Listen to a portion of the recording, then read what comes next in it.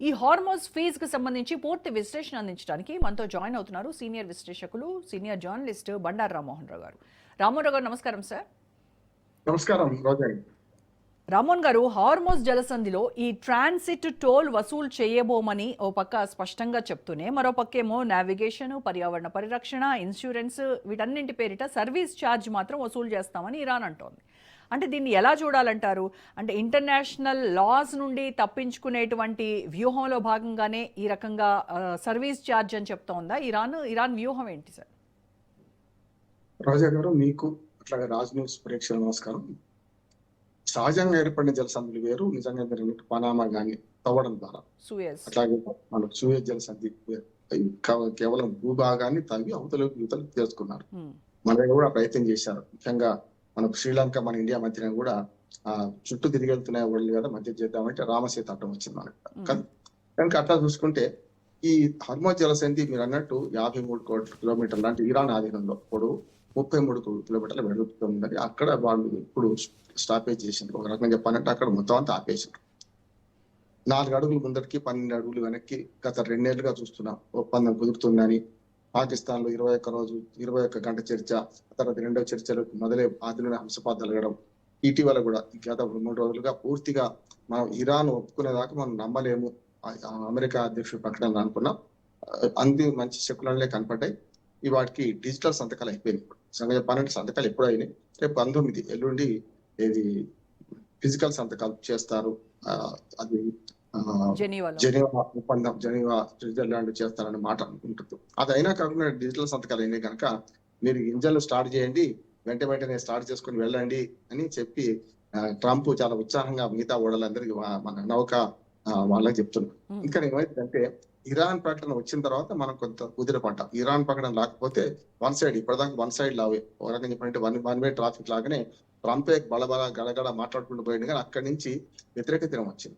ఇప్పటికి ఒక ప్రమాదం ఉంది అనుకుంటున్నాను రోజా గారు. ఏమంటే ఇజ్రాయెల్ దీన్ని ఒప్పలే. ఇప్పటికీ ఆ ఒప్పందాన్ని మేము గౌరవించము, ఇరాన్ మొత్తం నాశనం చేసేదాకా. ముఖ్యంగా ఇరాన్ కంటే ముఖ్యంగా హిజ్బుల్లా దళాలు లెబనాన్ లో ఉండి మా మీద దాడి చేస్తున్నాయి కనుక మాకు ప్రమాదం ఉన్న రోజులు మేము ఈ ఒప్పందాన్ని అంగీకరించమని ఇప్పటికీ ఇజ్రాయెల్ శాపనార్థం పెట్టేసింది. ఇజ్రాయెల్ వేరుగా ఉన్నది, అమెరికా మాట వినని అంటుంది కనుక అదొక ప్రమాదం అట్లా ఉంది. కానీ ఇప్పుడు ఇద్దరి మధ్యనే కదా అమెరికా ఇరాన్ మధ్యన ఒప్పందం కనుక ఇది సజావుగా సాగుతుంది అనుకుంటున్నాను. కానీ ఎక్కడ పీఠముడి పడే అవకాశం ఉందంటే, ఒకవేళ చాలా 14 అంశాలలో మొదటి అన్ని కూడా అమెరికాకు అనుకూలంగా ఉన్నాయి. 14 అంశాలు మనం చదివితే తర్వాత అన్ని కూడా ఇరాన్కి అనుకూలంగానే ఉన్నాయి, కాదంటలేదు. కానీ ఇప్పుడు టోల్ వసూలు అనే మాట నిజంగా తెచ్చింది ఎవరు అంటే ఇరాన్ కాదు, అమెరికా తీసుకొచ్చింది. మన ఇద్దరం కలిసి పంచుకుందాం, టోల్ వసూలు చేసుకుందాం అని చెప్పి ప్రతిపాదన తెచ్చింది అమెరికా కాదు. ఎందుకంటే మా వాకిట్లోకి వచ్చి, మా గడపలోకి వచ్చి మీరు ఎట్లా వసూలు చేస్తారని ఇరాన్ వ్యతిరేకించింది. ఇప్పటికి కూడా ఇరాన్ ఏమంటుందంటే ప్రయాణ ఛార్జీలు వసూలు చేయం, కానీ పర్యావరణము లేకుంటే వాటి భద్రత, వాటికి అవసరమైన మన ఇట్లాంటి వాటిలలో మాత్రమే కొంత పరిమితి లోబడి ట్యాక్సులు వసూలు చేస్తాం అన్నారు. అది కూడా ఇరాన్ ఒకటి తీసుకుంటా అంటలేదు, ఇటుపక్క ఈ తీరానికున్న ఏమని కూడా కలుపుకొని పోతా ఉంటున్నాను. ఆ జలసంధికి అటుపక్క ఇటుపక్క 2 దేశాలు ఉన్నాయి కనుక మీ దేశాలన్నీ కూడా అక్కడ సమస్య లేదు. ఎందుకంటే అంత దగ్గరగా జలసంధి లేదు అక్కడ. మిగతా వాళ్ళందరూ కూడా చాలా దూరంగా ఉండి అంతర్జాతీయ జలాలు. ఇప్పటిదాకా మీరు అన్నట్టు రోజా గారు, అసలు అంతర్జాతీయ జలాల్లో ఎక్కడ ఎవరు కూడా రూపాయి వసూలు చేయడానికి వీల్లేదు, సముద్ర దొంగల్లాగా మాట్లాడడానికి వీల్లేదు అంటున్నాడు. ఎవరి అంతర్జాతీయ జలాలు కాకుండా ఇప్పుడు ఉన్నదే 33 కిలోమీటర్ల వెడల్పు కనుక అందులో 16 కిలోమీటర్లు మాత్రమే అటుపక్క 8, ఇటుపక్క 8 వాళ్ళ తీర ప్రాంత జలాలుగా పరిగణిస్తారు. మధ్యది ఆ 16 కిలోమీటర్లు 12 కిలోమీటర్లు మధ్య దాన్ని అంతర్జాతీయ జలాలుగా అంటున్నాం. యాక్చువల్ గా 2 దేశాల మధ్య నుంచే పోతున్నాయి ఇప్పటిదాకా ఓడలన్నీ కూడా హర్మోజ్ జలసంధిలో. కనుక ఇప్పుడు ఏమవుతుందంటే మొత్తం మాదే కనుక అటుపక్క ఇటుపక్క మధ్యన బార్డర్ పెట్టేస్తాం, అంతర్జాతీయ జలాలు లేవు, మేము ఇతరులను వసూలు చేసుకుందామని ఇరాన్ ఏమన్నా కలిపి మాట్లాడుతుంది. దాంట్లో కూడా పరిమిత సంఖ్యలో వసూలు చేద్దాం అంటున్నాం. దానికి ఉదాహరణ చూపెడుతుంది ఏంటంటే, ఎప్పుడైతే ఈజిప్ట్ కనుక సూయజ్ కాలువ పక్కన ఉంది కనుక అక్కడ వసూలు చేసుకున్నట్టు పనామా కాలువ విషయంలో కూడా ఆ మధ్యన ఇదే ట్రంప్ మాట్లాడుతూ చూసింది కదా, పనామా కాలువ తవ్వించింది మేము అమెరికా, మీకేదో అప్పరంగా ఇచ్చేసిన అప్పుడు పనామాకు ఒప్పందంలో, కానీ మేము మళ్ళీ స్వాధీనం చేసుకుంటామని మాట అన్నారు పనామా కాలువ విషయంలో కూడా. కనుక ఇప్పుడేమో తగుదనమ్మాన్ని వసూలు చేయడానికి వీలు లేదంటున్నాడు. అంటే తమకు భాగస్వామ్యం కల్పిస్తే వసూలుకు అనుకూలం ఎవరు, అమెరికా. తమ భాగస్వామ్యం లేకుంటే వసూలుకు అననుకూలం కదా.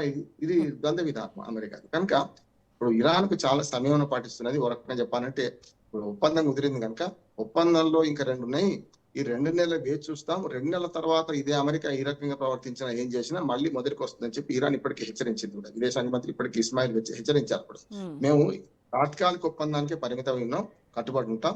2 నెలల తర్వాత ఇదే విధంగా కొనసాగితే తర్వాత దానికి ఆలోచన చేస్తా ఉంటారు. అందులో ముఖ్యంగా ఈ శుద్ధి చేసిన మన యురేనియం ఎవరికి అప్పచెప్పాలని అట్లా పీడముడి పడుతుంది, అట్లాగే ఉన్నది. అట్లాగే మొదలు ఇప్పుడు ఈ ఫ్రీజ్ అయిన హార్మోజ్ జలసంధి ఫ్రీ కావాలి అంటే ఈ ఉన్న వందలాది వేలాది కూడా ఉన్నాయి ఇప్పుడు అందులో చదువు నింపుకొని. మొట్టమొదటిదే మన శుభసూచికి ఉందని భారతదేశం సంబంధించిన కూడా బయలుదేరింది అంటున్నారు. అది మన గుజరాత్ తీరానికి చేరుకుంటుంది, 2 రోజులు చేరుకుంటుంది, ఎల్లుండి కల్లా చేరుకుంటుంది అంటున్నారు.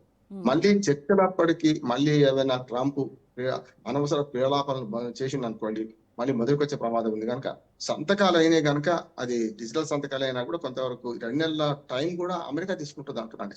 దాని తొందరపడి అమెరికా అధ్యక్షుడు ఇప్పుడు మాట్లాడాలనుకుంటున్నాను, ఎందుకంటే ఇంటా బయట ఎదుర్కొంటున్నాడు కనుక ఈ 2 నెలలైనా ఓపిక బట్టి ఇరాన్ ఏమైనా తప్పు చేస్తుందని చూసి ఇరాన్ తప్పును బయట పెట్టి మళ్ళీ మొదటికి వస్తారా, లేదు ఏమైనా